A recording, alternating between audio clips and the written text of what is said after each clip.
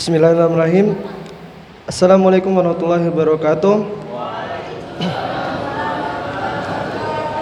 Kiai izin bertanya, tahun 2023 sampai 2024 ini adalah tahun politik di mana hingar-bingar perpolitikan di negeri ini akan semakin lantang. Nah, yang menjadi pertanyaannya, bolehkah suatu masjid dijadikan pusat kegiatan partai tertentu untuk kegiatan kampanye misalnya? Nah, sekian. Assalamualaikum warahmatullahi wabarakatuh. Ya, bismillahirrahmanirrahim. Pertanyaannya sangat relevan dengan kondisi sekarang ini, yaitu di mana tahun 2023-2024 ini dikatakan sebagai tahun politik. Ya. Pertanyaannya tadi, bolehkah satu masjid digunakan untuk kegiatan partai atau kampanye? Jawabannya boleh, selagi memenuhi syarat-syarat sebagai koridor untuk tetap menghormati masjid. Ada satu hadis Rasulullah Sallallahu Alaihi Wasallam yang diriwayatkan oleh Imam Bukhari yang bersumber dari Aisyah radhiyallahu anha. Kata Aisyah, ra'aitu Rasulullah sallallahu alaihi wasallam yauman ala babi hujrati wal habasah yal'abuna fil masjid. Wa Rasulullah sallallahu alaihi wasallam yasturuni biridaihi anduru ila la'ibihim. Jadi dari hadis ini diriwayatkan oleh Imam Bukhari. Tentu ini adalah hadis yang sahih, di mana kata Aisyah, saya pernah melihat Rasulullah Sallallahu Alaihi Wasallam pernah berada di satu hari, pernah berada ala babi hujrati, pernah berada di tengah-tengah di depan kamarku, wal habasyah, dan orang-orang Habsyi, orang-orang Ethiopia, yal'abuna fil masjid, itu sedang bermain di Masjid Nabawi. Main apa? Yaitu main anggar. Main anggar itu main apa?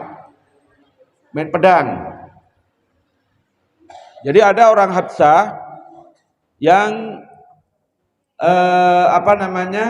sedang main anggar di Masjid Nabi Sallallahu Alaihi Wasallam. Wa Rasulullah Sallallahu Alaihi Wasallam yasturuni, sementara Rasulullah Sallallahu Alaihi Wasallam menghijab, mengalingiku biridai, melindungiku dengan ridaknya, dengan selendangnya. Anduru ila la'ibihim, sementara aku di balik selendang dari Rasulullah, di balik ridak dari Rasulullah SAW, saya melihat orang-orang Habsyah itu main pedang atau main anggar itu. Intinya dari situ ya, kebolehan masjid itu digunakan untuk apa saja, termasuk adalah digunakan untuk latihan perang. Ya, Habsyah tadi adalah dalam rangka untuk latihan perang. Dan Rasulullah SAW justru menyaksikan latihan perang di masjid itu ketika berlangsung bersama Aisyah. Kemudian masjid itu juga boleh digunakan sebagai tempat tinggal. Jadi Rasulullah SAW itu rumahnya ya dalam masjid. Kalau di kita itu ya di sebelah sini atau di sebelah sininya mihrabnya itu. Jadi Madinah itu kalau sholat, orang Madinah itu sholatnya ngadep ke selatan, karena Madinah itu ada di selatannya, ada di utaranya Makkah. Ya kalau sini kan harus ngadep ke barat, kalau di Madinah ngadepnya ke sana. Ya karena Madinah itu kalau lihat di peta itu ada di atasnya Makkah. Ya, 400 meter dari Mekah ke Madinah itu, dari selatan ke utara itu 400 meter. Ya, perjalanan kurang lebih kalau naik bis itu 6 jam. Ya. Lewat tol, semua di Arab sekarang ini pakai tol, tapi tidak bayar, nggak usah pakai ngetap. Ya. Beda dengan di sini, tap tap aja. Jadi rumah Rasulullah SAW itu yang sebelahnya yang digunakan sekarang ini sebagai Raudhatul Jannah. Nah, sebelahnya itu. Jadi bersama Aisyah, bersama istri-istrinya yang lain, Rasulullah SAW itu tidurnya di situ. Kemudian ada satu hadis lagi, misalnya an Ibni Umar annahu kana yanamu wa syabu azbun la ahlalahu ala ahdi Rasulillah sallallahu alaihi wasallam fi masjidin Nabi sallallahu alaihi wasallam. Ibnu Umar atau yang dikenal dengan Abdullah bin Umar itu biasa tidur di masjid kayak santri nida ya. Wa huwa syabun, sementara Ibnu Umar itu masih pemuda azbun yang masih bujangan, la ahlalahu, yang tidak punya keluarga, ala ahdi Rasulillah sallallahu alaihi wasallam fi masjidin Nabi. Jadi tidurnya di Masjid Nabawi. Ya, Masjid Nabawi itu masjid yang paling aman, masjid paling luas sedunia, ya. Karena memang memuat jutaan manusia di dalamnya. Kemudian masjid itu juga boleh untuk bersyair, bernyanyi, dengan catatan nyanyiannya itu bukan nyanyian yang jorok. Bukan nyanyian lope-lope ya. Ada satu hadis yang juga diriwayatkan oleh Imam Bukhari, marra Umar fil masjidi. Umar bin Khattab itu pernah melewati di Masjid Nabi. Wa Hasan yanshidu. Sementara Hasan itu nama sahabat. Jadi Hasan itu penyair, tukang bikin prosa dan puisi. Dulu membenci Islam, tapi setelah masuk Islam, syair-syairnya itu kemudian berisikan dakwah kepada Islam dan memuji Rasulullah SAW. Namanya Hasan. Ya, kalau kalian nanti bisa kuliah di Fakultas Adab, Fakultas Sastra, UIN misalnya, itu ada namanya Fakultas Adab. Di situ akan dipelajari berkaitan dengan syair-syair Arab. Ya, termasuk tulisan dari Hasan. Wa Hasan yanshidu. Hasan ketika Umar bin Khattab itu lewat sedang bersair, sedang bersenandung, sedang bernyanyi. Falahadha ilaihi, kemudian Umar menatapnya seperti perasaan tidak suka. Di masjid kok nyanyi kayak begitu. Faqala Hasan, kemudian karena ditatap dengan tatapan yang tajam, yang sinis itu oleh Umar bin Khattab, kemudian Hasan mengatakan, "Qultu ansyidu bihi." Saya sedang bersyair, saya sedang bernyanyi di sini. Wa fihi, dan di tempat ini kata Hasan, man huwa khairun minka. Ketika aku sedang bersyair itu ada orang yang lebih baik dari engkau, yakni Rasulullah sallallahu alaihi wasallam, kata Hasan. Maka Umar kemudian diam, tak jadi memarahi. Ya. Jadi boleh buat tempat tinggal boleh, ya, dengan catatan tidak ngompol di situ. Buat bersyair boleh, ya, dengan catatan lagunya itu dalam rangka untuk meninggikan Islam, dalam rangka untuk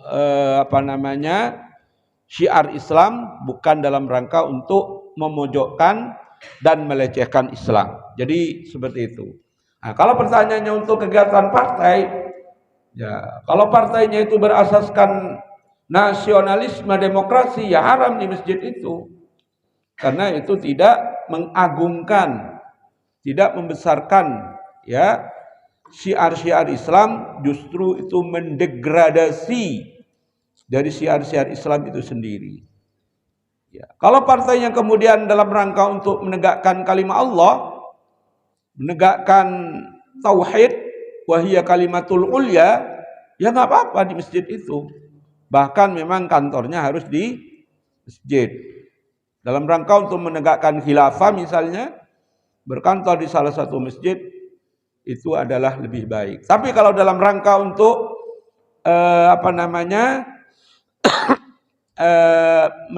tidak meninggikan kalimat Allah, justru merendahkan kalimat Allah, ya, dengan paham-paham nasionalisme, patriotisme dan lain sebagainya, maka yang demikian itu tentu dilarang. Ya, masjid dijadikan sebagai kegiatan partai, apalagi berkampanye di dalam masjid itu. Wallahu a'lam bishawab. Assalamualaikum warahmatullahi wabarakatuh. Afan Kiai izin bertanya, biasanya kami para santri dianjurkan untuk berwudu sebelum kami tidur malam, supaya bermimpi indah, apalagi bermimpi bertemu Rasulullah. Pertanyaannya, apakah anjuran berwudu sebelum tidur itu berlaku bagi yang masih punya wudu? Syukran. Baik. Memang kita dianjurkan oleh Rasulullah SAW untuk sering-sering berwudu. Bahkan Imam Syafi'i itu adalah seorang imam yang tidak pernah lepas wudunya. Bahkan Imam Syafi'i juga mengharamkan seseorang itu untuk menggunakan pakaiannya itu dengan pakaian najis. Ya, pakaian najis. Oh, ini habis dikencingin anaknya misalnya, tetap dipakai. Imam Syafi'i itu mengharamkan. Dan Imam Syafi'i adalah orang yang tidak pernah melepaskan wudunya itu. Ya, jadi selalu berwudu. Namanya dawamul wudu. Bagaimana kok kemudian kita dianjurkan oleh Rasulullah SAW, ya, mau tidur itu berwudu. Ya, jadi bukan hanya untuk mimpi indah. Ya, pengen ketemu bidadari misalnya, bidadara, ketemu paik misalnya. Ya, enggak. Tapi kalau memang Allah mencabut nyawanya itu dalam keadaan berwudu, itu maksudnya. Maka ada satu hadis di mana kata Rasulullah SAW yang bersumber dari Anil Barra bin Azib radhiyallahu anhuma. Hadis ini bersumber dari Barra bin Azib. Semoga Allah meridhai keduanya, bapak dan anaknya ini. Dia berkata, qala li Rasulullah sallallahu alaihi wasallam. Kata Barra bin Azib, Rasulullah SAW itu pernah mengatakan kepadaku, idza ataita madji'aka fatawadda wudu'aka shalat. Ya. Apabila kalian akan menuju kepada tempat tidurmu, maka wudhulah kalian sebagaimana kalian wudhu untuk melakukan sholat. Ya, wudhunya biasa aja. Ya. Wudhu kemudian tidur. Ya, nggak usah ngobrol kanan kiri, nggak usah membasangkan pasa misalnya, nggak usah dibayangin. Ya. Nanti akan mimpi dengan sendirinya. Dalam hadis ini seakan-akan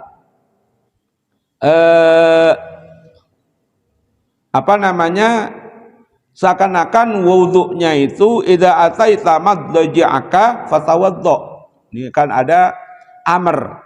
Dalam kaidah usul fikih, al aslu fil amri lil wujub. Asal dari perintah itu adalah wajib. Ini seakan-akan fatawaddo, ada perintah. Maka apakah wudhunya ini wajib? Ya, ini diringkas oleh hadis yang lain yang diriwayatkan oleh Imam Nasa'i Walaupun hadis yang pertama saya bacakan tadi bersumber dari Imam Bukhari. Kata Rasulullah, "Innama umirtu bil wudu idza qumta ila shalah." Sungguhnya saya memerintahkan kepada kamu dengan berwudu itu kalau kalian itu akan sholat. Jadi wudu itu untuk sholat. Wudu untuk akan berangkat tidur itu wudunya sunnah saja. Ya, walaupun sunnah ada pakai saja, tetap harus dilakukan untuk melatih nafsiyah kita. Ya, jangan-jangan malam malaikat datang kemudian nyabut, ya kita insya Allah sudah siap. Ya, supaya nggak mimpi buruk, nggak rep-repan, apalagi. Jadi kalau ada laporan ini rep-repan, mimpi buruk, tindian dan lain sebagainya karena dia tidak wudu, terutama akhwat ini. Ya. Wallahu a'lam bishawab. Bismillahirrahmanirrahim. Assalamualaikum warahmatullahi wabarakatuh. Afwan Kyai ingin bertanya.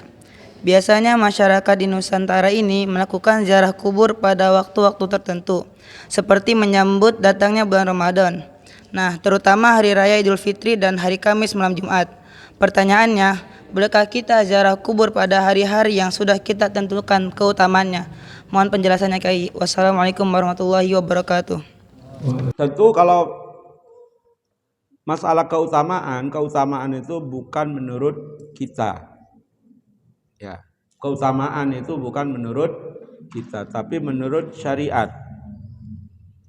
Misalnya mazhab Syafi'i itu menyunahkan ziarah kubur itu Kamis malam Jumat ba'da asar, sebelum tenggelamnya matahari, baik laki-laki maupun perempuan. Tapi di tradisi kita perempuan itu kurang banyak, ya kurang populer untuk melakukan ziarah kubur. Jadi keutamaan itu tentu berdasarkan hadis. Ya, mazhab yang lain ada yang mengatakan hari Jumat dan lain sebagainya. Itu bisa kita baca di dalam kitab Al-Fiqhu ala Madhahibil Arba'ah. Ya. Fikih 4 mazhab. Ya, sunnahnya itu seperti apa? Bagaimana dengan hari raya? Ya, hari raya juga sunnah, walaupun tidak sampai kepada derajat muakkadah. Ya, hari raya menjelang puasa dan lain sebagainya. Bagaimana dengan ziarah-ziarah itu? Ya dipersilakan. Dengan catatan tadi tidak kemudian dikatakan itu lebih utama. Ada satu hadis yang mungkin sangat populer, ya, yang diriwayatkan oleh Imam At-Tirmidzi, di mana kata Rasulullah sallallahu alaihi wasallam, "Kuntu nahaitukum an ziyaratil kuburi." Saya, kata Rasulullah, pernah melarang kalian sebelum akidah kalian ini kokoh untuk berziarah kubur. Jangan ziarah kubur dulu. Ya. Jadi di Mekah itu ada namanya kuburan Baqi'. Di Madinah ada kuburan Ma'la. Ya, kalau di Mekah itu kayak selorokan gitu. Jadi meninggal taruh aja di situ. Ya, kalau di ini dikubur kalau di Madinah. Dulu kata Rasulullah, saya melarang kalian untuk ziarah kubur. Faqad udzina li Muhammadin fi ziyarati kuburi ummihi. Dan sekarang kata Rasulullah, Muhammad telah diizinkan untuk ziarah kepada ibunya. Fazuruha, maka berziarahlah kalian. Ya, berziarah kuburlah kalian. Fa innaha tudzakkirul akhirah. Karena dengan ziarah kubur ini akan mengingatkan kepada akhirat. Kubur siapa saja? Ya, kubur siapa saja? Kubur orang tua kita, kakek kita, nenek kita, saudara kita, engkong kita. Ya. Kubur wali misalnya, sama. Jadi di kuburan wali itu tidak ada yang namanya makanul mustajab, bukan tempat yang kemudian dijanjikan oleh Allah dan Rasulnya sebagai tempat yang mustajab. Tempat yang mustajab itu sudah ditentukan. Ada yang namanya Raudhah kalau di Mekah, kalau di Madinah. Kalau di Mekah ada yang namanya multazam. Ya. Itu yang ditentukan. Tempat itu memang diistimewakan oleh Rasulullah SAW untuk melakukan doa di situ, untuk melakukan ziarah di situ. Termasuk para jamaah dirahmati Allah Subhanahu wa taala, di makam wali itu ya kemudian tidak ada kemudian embel-embel istimewa, sama saja. Ya. Bagaimana kemudian budaya kita yang lebih-lebih malam Jumat Kliwon kalau di Jawa Barat dan Jawa Tengah, ya orang biasanya melakukan ziarah ke makam-makam wali. Atau Jumat Legi kalau di Jawa Timur. Ya sama saja, ziarah saja. Jangan kemudian menganggap itu sesuatu yang istimewa. Ya, jadi itu. Maka ziarah kubur itu dalam rangka tudzakirul akhirah. Jadi ziarah kubur itu paling tidak pertama tudzakirul maut, mengingatkan kita bahwasanya akan mati. Melihat ke sana ada apa itu? Kuburan. Para engkong di situ. Dalam rangka tudzakirul maut, kita akan mati juga kayak itu. Tudzakirul akhirah. Kita akan mengingat akhirat. Selamat enggak kita ini nanti di akhirat. Ya, yang ketiga adalah ubsus salam, bisa mengucapkan salam. Assalamualaikum ya ahlal kubur minal mu'minina wal muslimin wa inna insyaallah bikum lahikun. Wah, enggak pernah ziarah kubur nih, enggak hafal ini. Ya. Jadi liubsus salam boleh. Jadi jangan menganggap kemudian istimewa. Bagaimana meminta orang yang ada dalam kubur itu suruh berdoa kepada Allah Subhanahu wa taala. Ini ada video viral ya. Ada seorang syekh yang datang ke makamnya Sultan Salahuddin Al-Ayyubi. Ya. Tapi ganteng Salahuddin yang ini, ya. Sultan Salahuddin Al-Ayyubi. Datang syekh dengan jamaahnya kemudian berdoa, bertawassul, bertawajjuh. Ya, mungkin videonya juga cukup viral. Ya Salahuddin Al-Ayyubi, doakan kepada Allah katanya. Jadi bukan meminta kepada Salahuddin Al-Ayyubi, tapi Salahuddin Al-Ayyubi diminta untuk berdoa kepada Allah untuk membebaskan Palestina. Bagaimana yang demikian? Menurut saya boleh itu. Karena tidak meminta kepada Salahuddin Al-Ayyubi. Ya. Kalau yang ini kan Wasilah itu ya di Madinah itu pernah kekeringan waktu itu. Sementara Rasulullah sudah meninggal, tinggal Abbas bin Abdul Muthalib. Diminta untuk berdoa dengan wasilah engkau, saya minta karena engkau ini adalah orang yang dekat dengan Allah. Maka berdoalah Abbas ya, dan kemudian turunlah hujan pada saat itu. Ini kepada orang yang sudah mati. Nah, ini videonya viral ini. Menurut saya ya boleh, karena bukan meminta kepada si mayat yang ada dalam kubur, tapi memohon, tolong doakan kepada Allah agar Palestina ini dimenangkan, seperti itu. Wallahu a'lam bishawab. Assalamualaikum warahmatullahi wabarakatuh. Afwan Kiai ingin bertanya, di kalangan pergerakan Islam ada pro dan kontra tentang seorang pemuda memberikan salam kepada wanita muda di jalanan. Ada yang membolehkan dan ada yang melarang. Pertanyaannya, sebetulnya bagaimana pendapat yang muktabar tentang seorang laki-laki memberikan salam kepada wanita muda di jalanan itu? Syukron. Jadi mengucapkan salam itu boleh baik dari laki-laki ke perempuan maupun dari perempuan ke laki-laki. Boleh, ya. Boleh. Dengan catatan bila syahwatin, tidak dengan syahwat. Ya. Hei cewek, assalamualaikum. Nggak boleh kayak gitu. Ya cowok, waalaikumsalam. Ya. Itu nggak boleh kalau kayak gitu. Nah belum ngaji udah ini. Jadi ada satu hadis yang sangat masyhur yang diriwayatkan oleh Imam Muslim.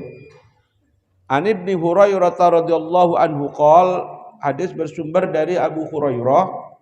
Qala, Abu Hurairah berkata, qala Rasulullah sallallahu alaihi wasallam, la tadkhulul jannata hatta tu'minu wa la tu'minu hatta tahabu.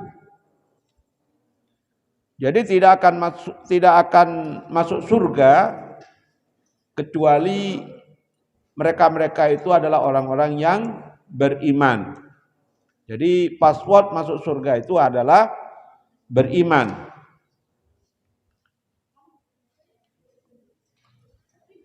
Wala tu'minu hatta tahabu. Dan tidak dikatakan beriman kecuali dia saling mengasihi. Saling mengasihi, ya. Awala azullukum ala syai', kata Rasulullah. Inginkah kalian saya tunjukkan kepada sesuatu? Idza fa'altumuhu tahabbtum. Apabila kalian kerjakan, maka kalian akan saling mengasihi. Kemudian kata Rasulullah, ubsus salam bainakum. Siarkanlah salam di antara kalian. Ya. Bahkan dalam banyak riwayat itu ketika sahabat berjalan, ya, misalnya faqih dengan faik, ya, sahabat sejati, besti, ya, jalan di sini, faik di sini, siapa adiknya, pakai di sini, bersimpangan, keluarlah di sebelah sekat sana. Maka kalau sahabat ketemu pohon itu, mereka berpisah. Setelah selesai dari pohon itu, mereka mengucapkan salam lagi. Ya. Capek jawabnya. Ya. Kalau di sini enggak, assalamualaikum, cek sound.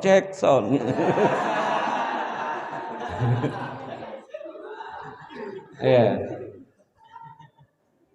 Jadi yang dikatakan saling kasih mengasihi itu ketika kita mengucapkan salam. Ya. Jadi siarkanlah salam, ubsus salam bainakum. Siarkanlah salam di antara kalian. Ya. Maka sifat ini, perintah ini bersifat umum baik kepada laki-laki, baik laki-laki kepada perempuan maupun perempuan kepada laki-laki, baik yang muda kepada yang tua kepada yang muda, atau sama-sama muda, nggak ada masalah. Ya. Tidak ada larangan di dalam Islam. Untuk lebih mengkajinya lebih jauh, ya, bisa kemudian sebagai bahan pengayaan bukalah di kitab Nizamul Ijtima'i fil Islam. Itu sangat lengkap. Kemudian kata Rasulullah sallallahu alaihi wasallam, ya ayyuhalladzina, di dalam surat An-Nur, bukan kata Rasulullah, dalam surat An-Nur ayat 27 Allah berfirman, a'udzubillahi minasyaitonirrajim, ya ayyuhalladzina amanu la tadkhulu buyutan ghaira buyutikum hatta tasta'nisu wa tusallimu ala ahliha. Hai orang-orang yang beriman, janganlah kalian masuk rumah yang bukan rumah kalian hatta tasta'nisu wa tusallimu ala ahliha, sehingga kalian itu meminta izin dan memberi salam kepada penghuninya. Dzalikum khairul lakum la'allakum tadhakkarun. Yang demikian itu lebih baik kepada kalian kalau kalian itu mau tadzakkur, mau mengingat, ya. Maka kalau pertanyaannya tadi, bolehkah laki-laki mengucapkan salam kepada perempuan? Ya otomatis kalau misalnya di dalam rumah itu penghuninya perempuan, ya, maka tetap wajib memberi salam, dan yang diberi salam tetap wajib untuk menjawabnya. Wallahu a'lam bishawab.